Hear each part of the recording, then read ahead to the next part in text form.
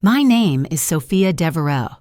I'm 58 years old, and if you had asked me 20 years ago where I thought I'd be today, I would have told you something far different from the cold, empty house I sit in now. A house that once echoed with the sound of laughter, joy, and dreams. But now it's filled with an eerie silence that seems to mirror the growing distance between my son Ethan and me. This house, with its grand windows and polished floors, was supposed to be a testament to my success, to the years of sacrifices I made for my family. But now it feels more like a prison, a place where the walls are closing in on me. The quiet hum of the air conditioner is the only thing that breaks the stillness as I sit on the edge of my leather armchair, staring out at the manicured garden below. It wasn't always like this. I remember the days when Ethan was young, when he was everything to me. Those long nights I spent sewing, stitching together dreams for him. I had worked my way up from nothing, a woman with big ambitions and small hands sewing fabric in a cramped, windowless room in a shabby downtown apartment. I was the mother who made sure his clothes were pressed perfectly, his lunches packed with love, his school shoes polished and shiny. He was the reason I woke up every morning at the crack of dawn, the reason I stayed up late into the night poring over design books and taking every freelance job I could find, all for the hope that one day he would look at me and understand the depths of my love. I never once complained, not when I had to work double shifts to pay for his college tuition or when I had to scrape by to make sure his dreams didn't outgrow my means. My love for him was unwavering, and I truly thought, that one day he would appreciate all I had given up for him. But life, as it often does, had other plans. Ethan is now 30, and I hardly recognize the man he's become. It's not that he's changed in the way you might think. He hasn't become a bad person per se, but somewhere along the way, he lost sight of what really matters. We used to have Sunday dinners together. It was our thing. No matter how busy he got with his work, no matter what new fancy project he was working on, we made time for each other. But that was before he met Isabella. I'll never forget the first time he brought her home. It was a quiet evening, and I had just finished making my famous roast chicken, the one I knew he loved. But when I looked at Isabella sitting there at my table, her perfect posture and cold smile, something in my gut twisted. I couldn't put my finger on it at first. There was something about her that didn't sit right with me. She was beautiful, of course, tall with dark, shiny hair that framed her face like a picture out of a magazine. But there was a distance in her eyes, a calculation almost that made me uneasy. At first, I told myself I was being unfair. I wanted to like her. She was my son's choice after all. But as the months passed, I started to see her true colors. Isabella wasn't the warm, loving partner I had hoped Ethan would find. No, she was different. She didn't care for the little things, the gestures of kindness and thoughtfulness that had always been second nature to me. When I tried to connect with her to offer a friendly smile or a compliment, it was always met with a polite but cold response. "Thank you, Sophia," she would say, her voice sweet but her eyes distant, like she was tolerating me rather than truly seeing me.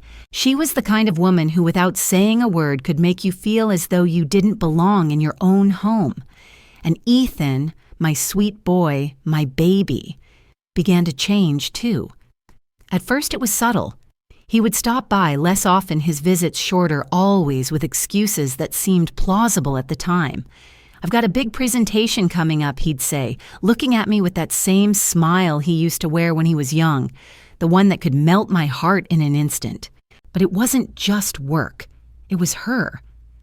Isabella had begun to insert herself into every corner of his life. She didn't want him to be tied down by family obligations. She made it clear in her own way that my place in his life was becoming more of an afterthought.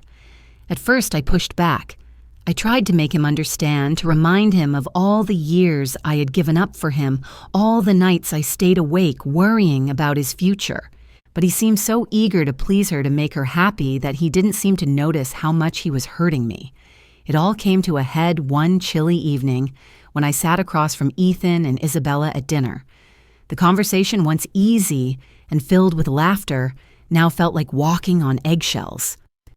Isabella, in her usual condescending tone, commented on how outdated my house was, how it didn't fit in with the modern aesthetic of her own home. And Ethan, instead of defending me, instead of telling her that this was the place where he grew up, where all his memories were made, just nodded along. He smiled at her with that same vacant smile, the one that was once reserved for me. It hit me then like a punch to the gut. He wasn't my son anymore. Not in the way he used to be. He had become someone else entirely. Someone I didn't know, and honestly, someone I didn't like. But the real sting came a few weeks later when he casually mentioned that he and Isabella had been looking into better living arrangements for me. Maybe a retirement community, he suggested one day over the phone, his voice filled with that same detached politeness he now reserved for me. "It would be a good change for you, Mom.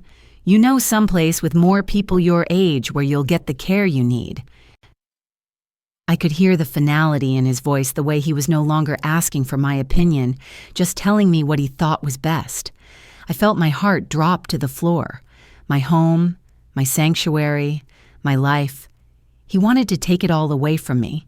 He didn't see me as the woman who had sacrificed everything for him. He didn't see me at all. That was when I realized that my life, my sacrifices meant nothing to him anymore.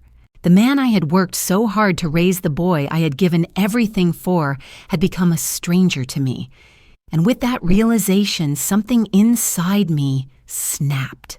Something that had been broken for a long time finally gave way.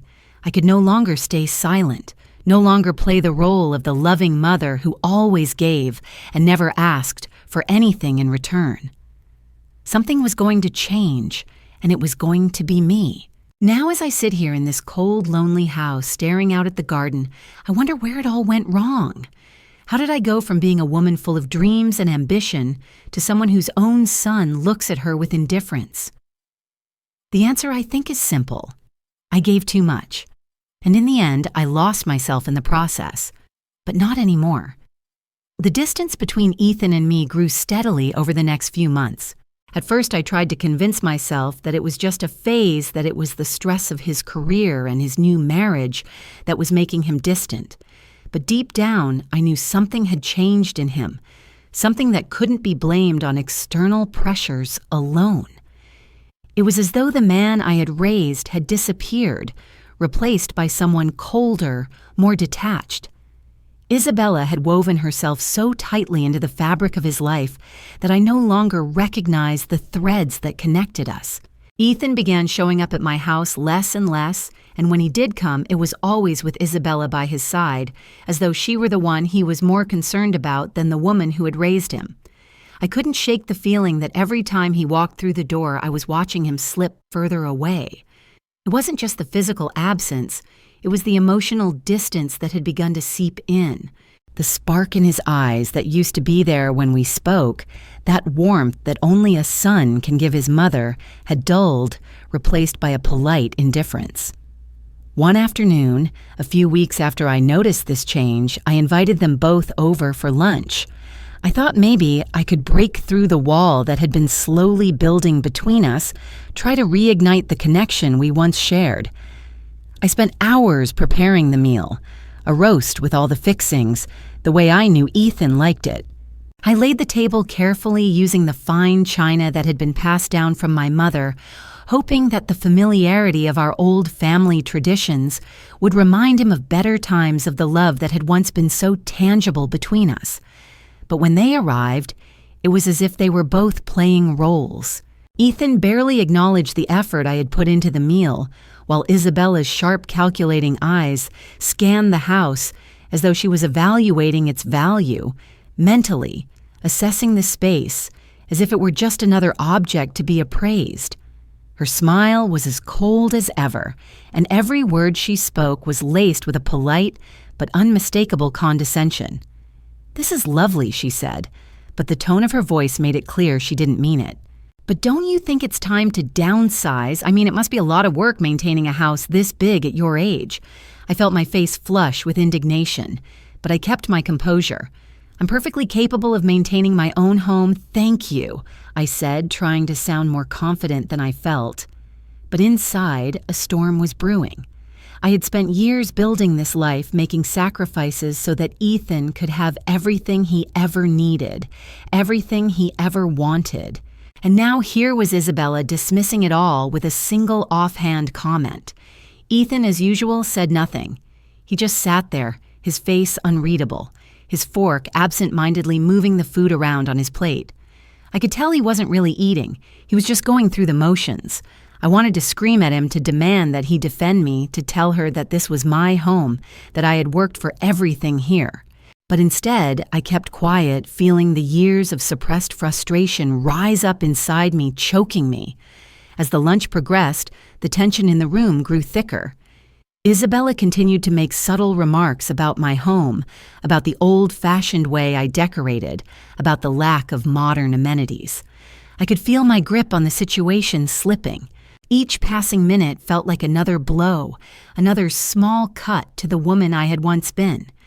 The strong, independent woman who had raised her son with nothing but love and sacrifice. The woman who had made sure he never went without. The woman who had worked herself to the bone to ensure his success. Finally, after what felt like an eternity, I couldn't take it anymore. I stood up abruptly, my chair scraping harshly against the floor. "I don't need to hear any more of this," I said, my voice shaking with a mixture of anger and hurt. "I've given everything to make sure you both have what you need. And this is how you repay me, by treating me like I'm a burden." Ethan looked up at me, his face pale, his lips pressed tightly together. He didn't respond, not even with the smallest hint of sympathy. He just stared at me, his eyes cold and distant. And then, as if he were simply tired of the conversation, he said, "Mom, we need to talk. Later, but for now we're going to Marlene's parents' house. They're expecting us." Isabella, smiled sweetly. "Yes, of course. You've been so kind to host us, Sophia. But I really think it's time for you to consider what's best for you.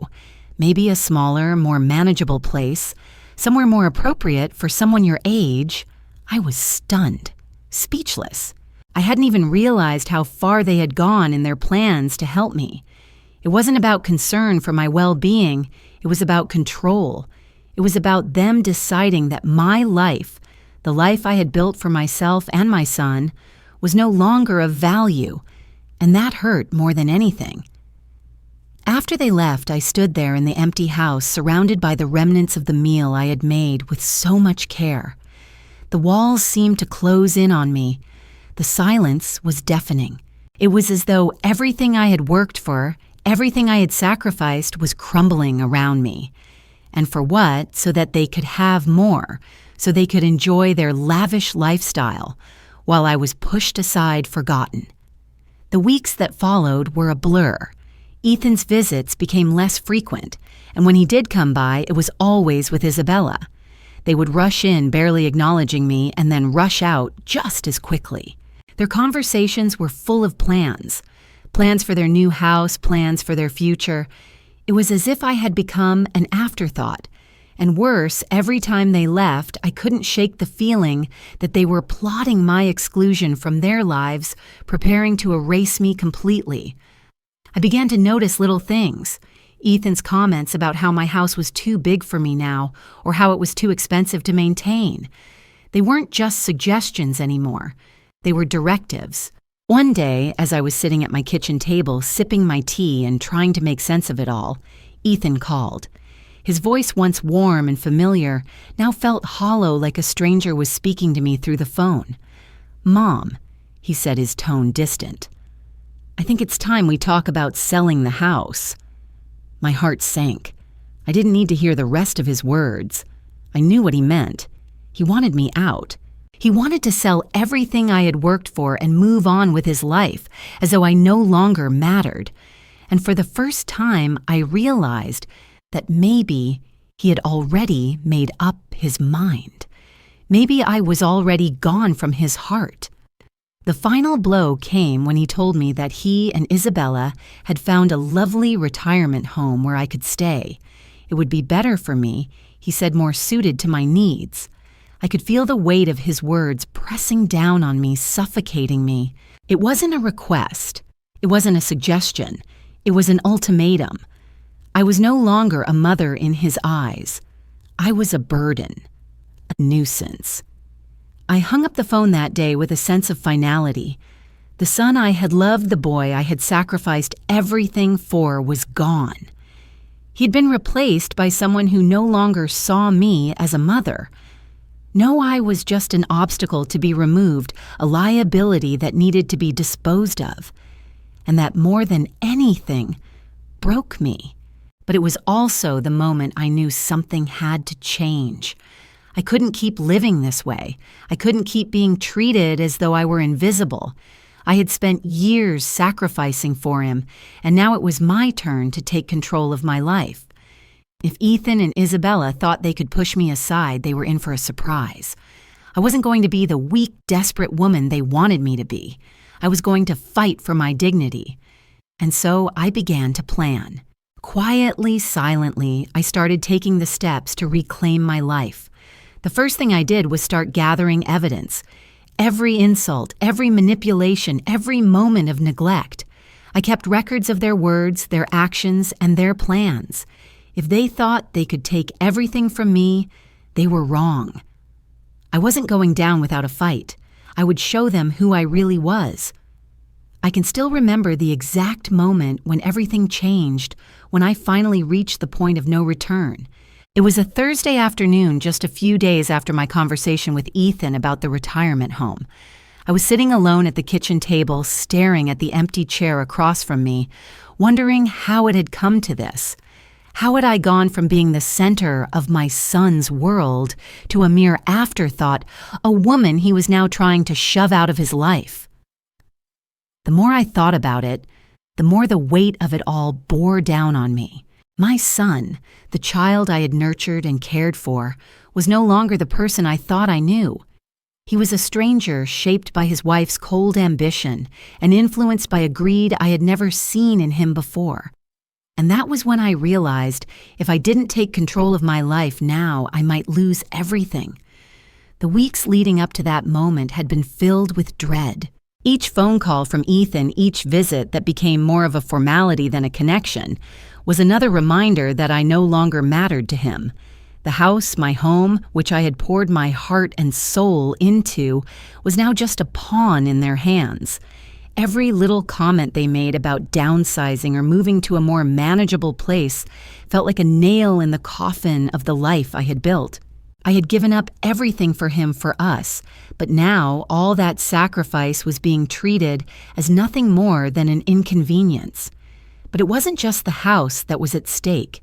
It was my dignity, my sense of self-worth, and my place in this world. I had worked for everything I had fought tooth and nail to create a life that would give my son the future I never had. And now at the twilight of my years, they were telling me I wasn't even worth the space I took up. They wanted me gone. They wanted to erase me. I couldn't let that happen. That afternoon, as I sat there in the quiet of my home, I made a decision. It wasn't a decision made in anger, though I was angry, or in desperation, though I had felt desperate many times before. This was different. This was a decision made from a place of clarity and strength, a place I hadn't visited in years. I was done being the woman who was always willing to sacrifice herself for others. I was done being the obedient, silent mother who never asked for anything in return. I had spent too many years giving loving and bending over backwards for people who took it all for granted. Now I was going to do something for me. The first step in my plan was to take control of my financial future. The idea of leaving everything to Ethan, who clearly saw me as a liability, made my stomach turn. So I did something I should have done a long time ago. I called my lawyer and asked him to help me make a new will. It was a will that would leave everything to charity. to a foundation that helped single mothers like me, women who had sacrificed everything for their children and were left with nothing in return. I didn't need my son's approval or his money.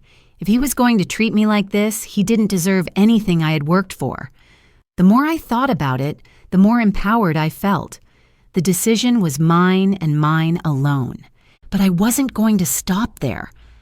I knew that the only way to truly take control of this situation was to expose the truth.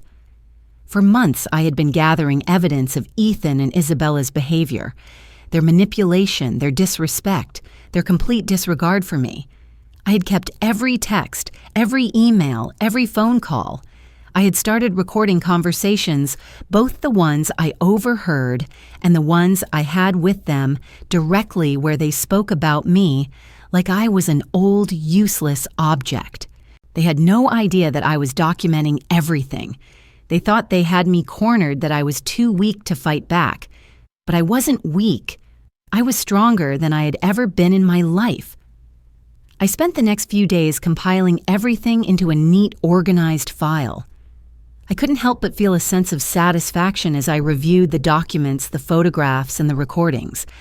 I had all the proof I needed to show who they really were. To show the world that I was not just some helpless, aging woman to be discarded. I was a survivor, and I had spent my whole life fighting for my son, for my family. Now it was time to fight for myself. The day I decided to confront Ethan and Isabella was one of the hardest days of my life. My hands shook as I dialed his number, but I didn't hesitate. I knew what I had to do. He answered on the second ring, his voice distracted as usual. "Hey, Mom, what's up? We need to talk," I said, my voice steady despite the tremor in my chest. "Come over to the house tonight. I'm not going to wait any longer." There was a brief pause on the other end of the line. I knew he was taken aback by my tone. He didn't answer immediately, but I could hear him sigh. "Okay, I'll be there in an hour." I hung up the phone, feeling a strange calm wash over me. This was it. I was done hiding. I was done letting them dictate my life. I had to face the consequences of my decisions, and I knew it wouldn't be easy. But for the first time in months, I felt alive. I felt in control. When they arrived, the tension in the air was palpable. Ethan walked in first, followed by Isabella, her heels clicking on the hardwood floors as she entered, with her usual air of superiority. Ethan's face was tight, as if he already knew what was coming. I didn't greet them. I just stood there in the middle of my living room, holding the documents in my hand. Ethan looked at me, his eyes filled with a mixture of guilt and frustration. "Mom," he said, his voice quieter than usual. "What's going on? You sound serious." "I am serious," I replied, my voice firm. "You and Isabella have made it clear how you feel about me, how you feel about this house, about everything I've done for you. Well, I'm done being your emotional punching bag. I'm done playing the role of the sacrificial mother who gets nothing in return. I've worked too hard for this life, for you, for us, and I won't let you take it from me." Isabella stepped forward, her eyes narrowing with disdain. "What are you talking about, Sophia? This is ridiculous. You're being emotional." I could see Ethan's face twitch with irritation, but I didn't back down. "I've given everything for you, Ethan, and what do I get in return?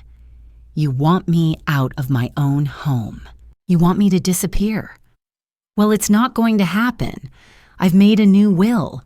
You're not getting a dime from me. I'm leaving everything to a charity that helps women like me. Women who sacrificed everything and were left with nothing but heartbreak." Ethan's face went pale. I watched as his jaw tightened, as the anger and frustration finally bubbled to the surface. "Mom, you can't do this," he said, his voice shaking. "You can't just cut me out like this. I'm your son. You can't take everything away from me. I can, and I just did," I said, holding up the will. "You've chosen your path, and I've chosen mine. You wanted me gone, and now I'm taking myself out of your life permanently." Isabella stepped forward again, her voice dripping with sarcasm. "You don't know what you're doing. You're being selfish. You're ruining your relationship with your son for a few $1,000s. Don't you dare talk to me about selfishness," I said, my voice rising. "You've been manipulating him for years. You've poisoned his mind against me. You've turned him into someone I don't even recognize anymore." Ethan opened his mouth to speak, but I stopped him. "No. I've said all I'm going to say. You're not getting anything from me. You're going to have to find another way to fund your lavish lifestyle." For a moment, the room was silent. Ethan stared at me, his face twisted in disbelief. Then slowly he looked at Isabella, and I could see the tension between them.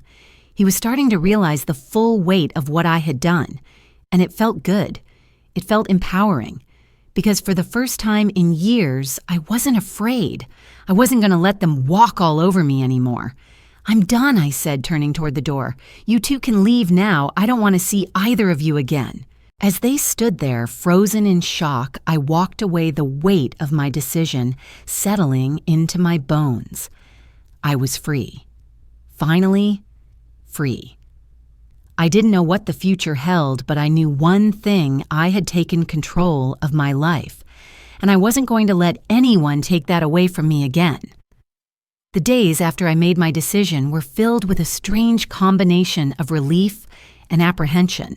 For so long, I had been living under the heavy shadow of guilt, believing that my sacrifices for Ethan and my love for him should have been enough to sustain our relationship. But now, as I watched him and Isabella retreat from my life, I began to realize just how deeply I had been suffocating under the weight of their expectations.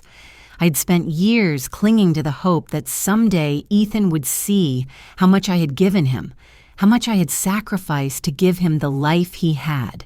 But it had never been enough, and it was only when I took a step back and severed those emotional ties that I saw the truth clearly. I had been living for someone who didn't truly see me, not the way I deserved. I had been invisible for far too long. That first night after they left, I sat alone in my living room, the silence surrounding me like a thick fog.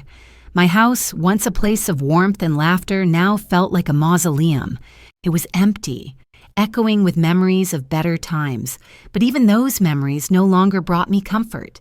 They had been tainted by the reality of what had become of my son.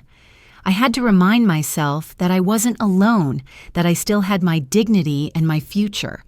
And for the first time in years, I felt something I hadn't felt in so long: hope. But hope didn't come without its price. It didn't take long for Ethan to react. It was a full week after our confrontation that I received the first message from him, a text as cold and impersonal as everything else he had said to me recently. "We need to talk," it read, followed by a brief mention of his lawyer. My heart sank as I read the words. I knew this was coming, but still the harshness of it hit me like a physical blow. He was coming for the inheritance I had just taken from him, and I could see clearly now, to him, nothing was sacred. Not even the life I had given up everything for. I spent that evening steeling myself for what would come next. I knew Ethan well enough to know that he wouldn't just let this go. He would fight for what he believed was his. In his mind, I had wronged him, had denied him what he believed was his due, after all the sacrifices he had made, even if those sacrifices had been ones he chose for himself. What he didn't understand, or perhaps what he didn't want to understand, was that his selfishness had torn apart everything we had. The love between us had been suffocated by his need for more, and I had been left to deal with the aftermath.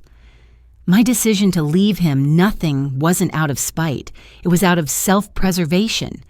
It was my final act of reclaiming my worth, my voice, my life. But it didn't make things easier. The following days were a whirlwind of phone calls and legal consultations. Ethan had enlisted a team of high-priced lawyers to challenge my will, and he didn't seem to care how much he would need to spend to get what he wanted. He was relentless, showing up at my doorstep several times over the next week, his face a mixture of frustration and desperation. The first time he came, I thought he might break down, but his anger was more powerful than his grief.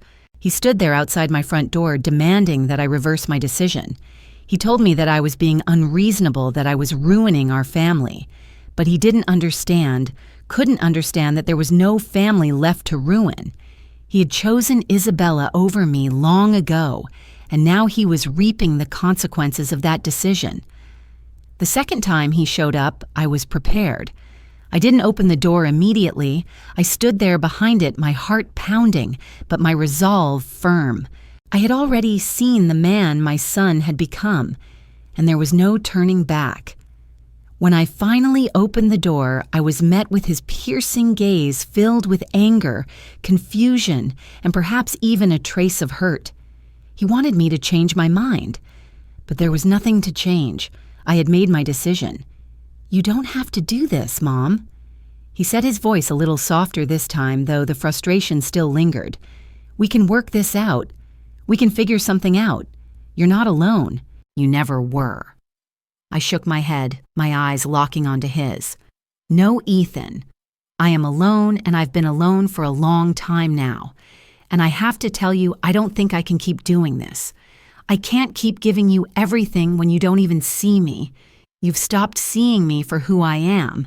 I've become an obstacle to your happiness, and that's not something I can live with anymore." He stood there, his face tightening with what I could only interpret as shame. For a moment, it felt like he might say something else, something that would acknowledge the hurt he had caused, but instead, he just turned and left. I spent the next few days in a daze. The days seemed to blur into one another, filled with the echo of those final words. Was I really alone now? Ethan was my only child, my only family. And though he had been the one to distance himself from me, the loneliness still cut deep. I had spent my whole life prioritizing him, ensuring he had everything he needed, everything he wanted, and now I had nothing. But at the same time, there was a quiet strength inside me that had never been there before. I had made my decision. I was standing up for myself, for the woman I was, and for the life I wanted to lead. In the days that followed, things began to spiral. The lawyers sent their letters, each one more aggressive than the last. They demanded that I reverse my will and reconsider my decision. They accused me of being mentally unstable, of not being in sound mind when I had made such a drastic decision. They even went so far as to say that I had been manipulated, that someone had influenced me to make these choices. I was stunned by their audacity. They were trying to take my freedom, my agency, and reduce me to a woman who couldn't think for herself. I fought back. I hired my own lawyer, one who had been working with me for years, and together we prepared a counterclaim. But the true consequences of my actions were just beginning to unfold. One evening, I received a call from a local reporter, a man named Mark, who had heard about my situation from a friend. He was an investigative journalist, and he wanted to know if I was willing to share my story. At first, I hesitated. I wasn't sure I wanted the whole world to know about the intimate details of my family's dysfunction. But as I sat in my quiet house feeling the weight of all the decisions I had made, I realized that this might be my chance to finally speak my truth. I agreed to the interview. Mark came to my house the next afternoon, setting up his camera equipment in the living room as I sat across from him. He was polite, asking thoughtful questions, and for the first time in a long while, I felt like someone was truly listening to me. I shared my story, the truth of everything that had happened with Ethan and Isabella, how I had spent years sacrificing for them, only to be pushed aside when I could no longer give. As I spoke, something inside me shifted. I wasn't just telling my story for myself anymore. I was telling it for all the women like me, the ones who had given everything for their families and were left with nothing. When the article was published, I was surprised by how many people reached out. They told me they had been through similar experiences, that they understood the pain I had felt, and they thanked me for sharing my truth. It was a small comfort in the midst of everything else, but it was comforting nonetheless. I had finally found a voice I didn't even know I had. As the days went on, the tension between Ethan and me only grew. The lawyer's letters kept coming, and the court battle loomed on the horizon. But it wasn't just about money anymore. It was about something deeper, something that had been broken for years. The more I thought about it, the more I realized that this wasn't just about a house or a will. It was about the deep emotional neglect I had suffered at the hands of the one person who was supposed to love me unconditionally. The man I had sacrificed everything for had chosen to walk away from me. And no matter what happened in the courts, no matter how many lawyers fought for him, he could never take back the damage he had done. In the end, it was the realization that I had nothing left to lose that gave me the strength to keep going. I had lost my son, yes, but I had gained something far more valuable, my dignity. And that was something no lawyer, no court case, no betrayal could ever take from me again. The aftermath of everything that had happened felt like both a heavy weight and a profound release. The courtroom battles loomed large in the distance, but the most significant shift was not in the legal proceedings. No, the real change was internal. For the first time in months, I felt a sense of peace beginning to settle over me, a quiet confidence that had been missing for so long. The struggle to reclaim my life was no longer about fighting Ethan or Isabella. It was about standing up for myself and finding a new path forward, one that was entirely my own. The first step in this new phase of my life was something simple, something I hadn't allowed myself to do in years. I began to breathe again. I spent mornings in the garden tending to the roses I had carefully cultivated over the years, now in full bloom. Each petal seemed like a small victory, a symbol of resilience, as if the earth itself was telling me that it was possible to grow again, even after years of neglect. I hadn't realized how much I had sacrificed of myself to tend to everyone else's needs, how I had ignored my own well-being in the pursuit of keeping peace. But now, as I knelt in the soil, the fragrance of the flowers filling the air, I realized that the peace I had been searching for could only come from within.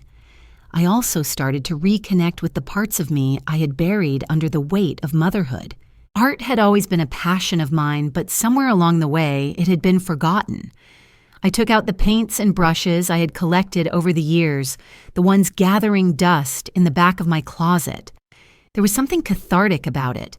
The simple act of creating something with my hands, watching the colors come together on the canvas, felt like a rediscovery of myself. It wasn't just a hobby.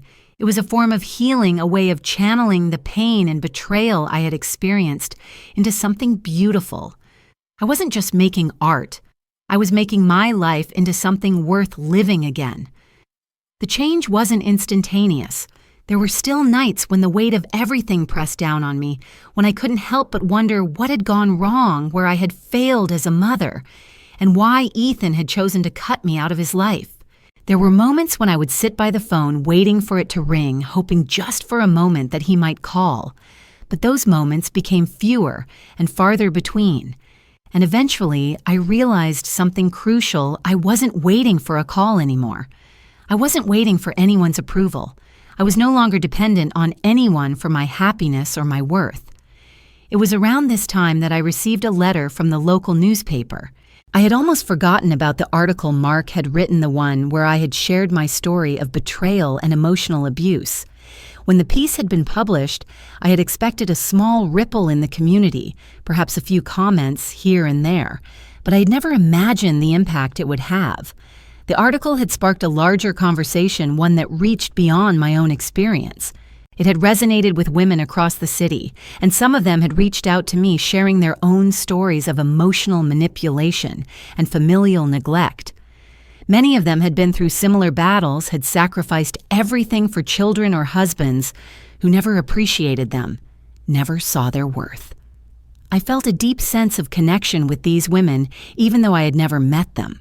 They had lived through their own versions of the same nightmare, and yet here we were, strangers from different walks of life, all brought together by our shared experiences. Some of them had already gone through the healing process, and others were just beginning like me. What struck me most was the strength they exuded, the courage they had to reclaim their lives after years of giving. They reminded me of the importance of community, of finding solidarity in others who understood what it was like to be overlooked, to be treated as an afterthought. One particular woman, Margot, reached out to me with an email that stood out among the dozens I had received. She'd gone through her own divorce and had lost contact with her children after they were manipulated by her ex-husband. Her message was raw emotional and filled with the same pain I had felt when I first realized what Ethan had become. But unlike me, Margot had found the courage to fight back in her own way. She had started a support group for mothers who had experienced emotional abandonment by their children, and she invited me to join. At first, I hesitated. I wasn't sure if I was ready to be part of something like that, to revisit all the pain I had been working so hard to move past. But something inside me told me I needed this, that I needed to reach out and help others just as much as I needed help. So I joined the group, and it was there in the shared stories and collective healing that I truly began to see the beauty in reclaiming one's life.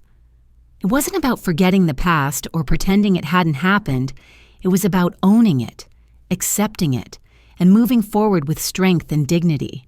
It was about acknowledging the mistakes and learning from them, but not allowing them to define me. Meanwhile, the legal battle over my will continued to drag on. Ethan's lawyers filed endless motions, trying to force me to reverse the decision I had made. They claimed that I was not of sound mind when I drafted my new will, that I had been manipulated by outside influences. It was as if they thought I couldn't think for myself, that I was just an old woman who didn't know what she was doing. But the more they fought, the more I stood my ground. Every letter, every phone call, every threat felt like a reminder of why I had made the choice I had. I wasn't fighting for money or assets anymore. I was fighting for my right to choose, my right to live on my own terms without being controlled by anyone, even my own son. As the months passed, the legal proceedings became less of a focal point for me. It was no longer my primary concern. The more I focused on my own healing, the more I realized how small the fight for the inheritance truly was in comparison to the fight for my own sense of self. And slowly, very slowly, I began to let go of the anger that had once consumed me. It wasn't easy, and there were days when I felt like I had been torn apart and put back together again, but each day brought me closer to peace. One morning, several months after Ethan's last visit, I received an unexpected phone call. It was him, Mom, he said, his voice hesitant, quieter than I remembered. I don't know how to say this, but I've been thinking a lot about everything that's happened, and I just wanted to say that I'm sorry. I know I've hurt you. I don't know if I can ever make up for it, but I want you to know I regret what I've done. For a moment, I didn't know how to respond. I hadn't heard his voice like this in so long, and part of me wanted to hold on to the anger to remind him of everything he had put me through. But I knew that wasn't the answer. I had spent so many years waiting for his apology, for him to see what he had done. But the truth was, I didn't need him to apologize anymore. I had already forgiven him in my heart. I appreciate you saying that, Ethan, I said, my voice steady. But I think what matters now is that I've finally learned to forgive myself. I've spent so much of my life trying to fix things that were never really mine to fix. And I've come to realize that I deserve to be happy to live my life on my own terms without holding on to the past. There was silence on the other end of the line, and for a moment I thought he might say something more. But then I heard a small, sad sigh. I understand, Mom, I really do. I just want you to know that I love you. Even if it's too late, I want you to know that. I know, I said softly. I love you too. And with that, the call ended. It wasn't the grand reconciliation I had once hoped for, but it was enough. It was enough to know that despite everything, we were both finally healing. I had no expectations anymore. I had no desire to change the past. I had finally learned to let go of the hurt and resentment that had consumed me for so long. The years that followed were filled with new beginnings. I found myself traveling to places I had always dreamed of taking art classes, meeting new people, and rediscovering the woman I had been before motherhood became my identity. I no longer identified myself as Ethan's mother. I identified myself as Sophia Devereux, a woman who had lived, loved, and now stood tall on her own. And though I had lost my son in some ways, I had gained something far more valuable, my freedom. My life was mine again, and for the first time in a long time, I was no longer afraid of what came next. If you're reading this, I want you to know that you're not alone. Life can throw us some incredibly difficult challenges, and sometimes it feels like we're losing the people we love most. But I've learned something crucial over the years. You can reclaim your peace. You can stand up for yourself, set boundaries, and protect your heart no matter how much love you've given. It might take time, and it might take immense courage, but it is possible. My journey wasn't easy, but it was worth every step I took to heal and regain control of my life. Remember, your worth isn't determined by the people around you, and sometimes the best thing you can do for yourself is to choose yourself first. I want to hear your stories too. If you've been in a similar situation, or if you've found strength in unexpected places, share it in the comments below. We all have a voice, and by sharing our experiences, we can lift each other up and remind ourselves that we are never truly alone. Thank you for reading, for taking the time to be here. Your support, your empathy, and your willingness to connect means more than words can express. Stay strong, stay true to yourself, and remember that it's okay to prioritize your own happiness. I'm cheering for you every step of the way.